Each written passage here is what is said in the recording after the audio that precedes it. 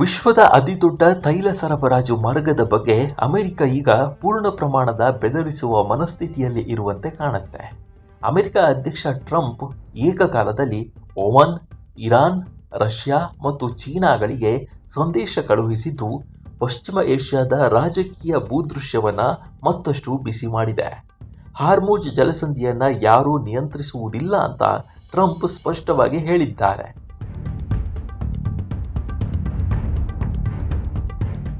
ಇರಾನ್ನ ಸಹಯೋಗದೊಂದಿಗೆ ಒಮನ್ ಈ ಸಮುದ್ರ ಮಾರ್ಗವನ್ನು ಹಿಡಿತ ಸಾಧಿಸಲು ಪ್ರಯತ್ನಿಸಿದರೆ ಅಮೆರಿಕ ಮಿಲಿಟರಿ ಕ್ರಮ ತೆಗೆದುಕೊಳ್ಳಬಹುದು.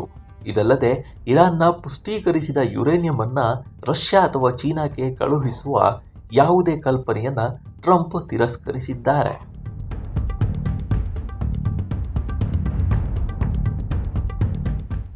ಶ್ವೇತಭವನದ ಕ್ಯಾಬಿನೆಟ್ ಸಭೆಯಲ್ಲಿ ಟ್ರಂಪ್, ಯಾರೂ ಅದನ್ನು ನಿಯಂತ್ರಿಸುವುದಿಲ್ಲ, ನಾವು ಅದನ್ನು ಮೇಲ್ವಿಚಾರಣೆ ಮಾಡುತ್ತೇವೆ.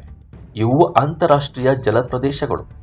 ಒಮನ್ ಇತರ ದೇಶಗಳಂತೆ ವರ್ತಿಸಬೇಕು, ಇಲ್ಲದಿದ್ದರೆ ನಾವು ಅವುಗಳನ್ನು ಸ್ಫೋಟಿಸಬೇಕಾಗುತ್ತೆ ಅಂತ ಹೇಳಿದ್ದಾರೆ. ಒಮನ್ ಇರಾನ್ನೊಂದಿಗೆ ಸಹಕರಿಸಿದರೆ ಈ ಬೆದರಿಕೆ ದಾಳಿಯನ್ನು ಸೂಚಿಸುತ್ತೆ. ಇರಾನ್ ರಾಜ್ಯ ಮಾಧ್ಯಮವು ಹಾರ್ಮುಜ್ ಜಲಸಂಧಿಯಲ್ಲಿ ಸಮುದ್ರ ಸಂಚಾರ ಮತ್ತು ಟೋಲ್ ವ್ಯವಸ್ಥೆಗಳನ್ನು ಜಂಟಿಯಾಗಿ ನಿರ್ವಹಿಸಬಹುದು ಅಂತ ಹೇಳಿಕೊಂಡು ಕರಡು ಒಪ್ಪಂದದ ಕುರಿತು ವರದಿ ಮಾಡಿದ ನಂತರ ಟ್ರಂಪ್ ಅವರ ಹೇಳಿಕೆ ಬಂದಿದೆ.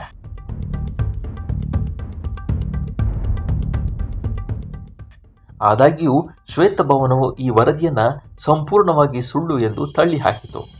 ಇದರ ಮಧ್ಯೆ ಗುರುವಾರ ಬೆಳಗ್ಗೆ ಬಂದರ್ ಅಬ್ಬಾಸ್ ಅವರನ್ನು ಗುರಿಯಾಗಿಸಿಕೊಂಡು ಅಮೆರಿಕ ಇರಾನ್ ಮೇಲೆ ದಾಳಿ ಮಾಡಿತು. ಅದೇ ಸಭೆಯಲ್ಲಿ ಇರಾನ್ನ ಪುಷ್ಟೀಕರಿಸಿದ ಯುರೇನಿಯಮನ್ನು ರಷ್ಯಾ ಅಥವಾ ಚೀನಾಕ್ಕೆ ಕಳಿಸಲಾಗುತ್ತಿದೆ ಎಂಬ ಪ್ರಶ್ನೆಗೆ ಟ್ರಂಪ್ ತೀಕ್ಷ್ಣವಾಗಿ ಪ್ರತಿಕ್ರಿಯಿಸಿದ್ದಾರೆ. ಯುದ್ಧ ಮುಕ್ತಾಯದ ಒಪ್ಪಂದದ ಭಾಗವಾಗಿ ಇರಾನ್ ಹೆಚ್ಚು ಪುಷ್ಟೀಕರಿಸಿದ ಯುರೇನಿಯಮನ್ನು ರಷ್ಯಾ ಅಥವಾ ಚೀನಾಕ್ಕೆ ಕಳುಹಿಸಬಹುದೇ ಅಂತ ಕೇಳಲಾಯಿತು. ಟ್ರಂಪ್ ಸ್ಪಷ್ಟವಾಗಿ ಉತ್ತರಿಸಿದರು, ಇಲ್ಲ, ನಾನು ಅದರೊಂದಿಗೆ ಸ್ವಲ್ಪವೂ ಒಪ್ಪೋದಿಲ್ಲ.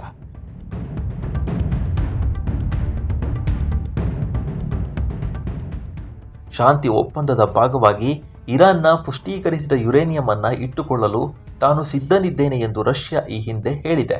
ಚೀನಾದ ಬಗ್ಗೆಯೂ ಇದೇ ರೀತಿಯ ಊಹಾಪೋಹಗಳು ಹರಿದಾಡಿತ್ತು. ಆದರೆ ಟ್ರಂಪ್ ಬುಧವಾರ ಈ ಸಾಧ್ಯತೆಯನ್ನು ವಾಸ್ತವಿಕವಾಗಿ ಕೊನೆಗೊಳಿಸಿದ್ದಾರೆ.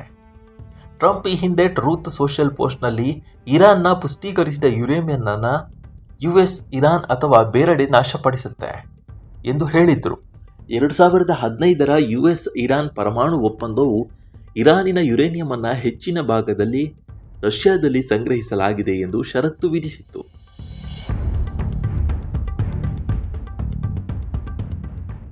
ಇರಾನ್ ಯುದ್ಧವನ್ನು ಕೊನೆಗೊಳಿಸಲು ಬಯಸುತ್ತಿದೆ ಎಂದು ಟ್ರಂಪ್ ಹೇಳಿದರು.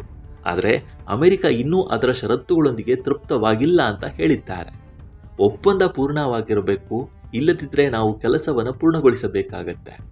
ಇದರ ಮಧ್ಯೆ ಅಮೆರಿಕ ರಾಜತಾಂತ್ರಿಕತೆಗೆ ಪ್ರತಿಯೊಂದು ಅವಕಾಶವನ್ನು ನೀಡಲು ಬಯಸುತ್ತೆ ಎಂದು ಅಮೆರಿಕದ ವಿದೇಶಾಂಗ ಕಾರ್ಯದರ್ಶಿ ಮಾರ್ಕೊ ರೂಬಿಯೋ ಹೇಳಿದ್ದಾರೆ. ಅವರ ಹೇಳಿಕೆಯ ನಂತರ ತೈಲ ಬೆಲೆಗಳು ಸ್ವಲ್ಪ ಕುಸಿತ ಕಂಡಿದ್ದವು.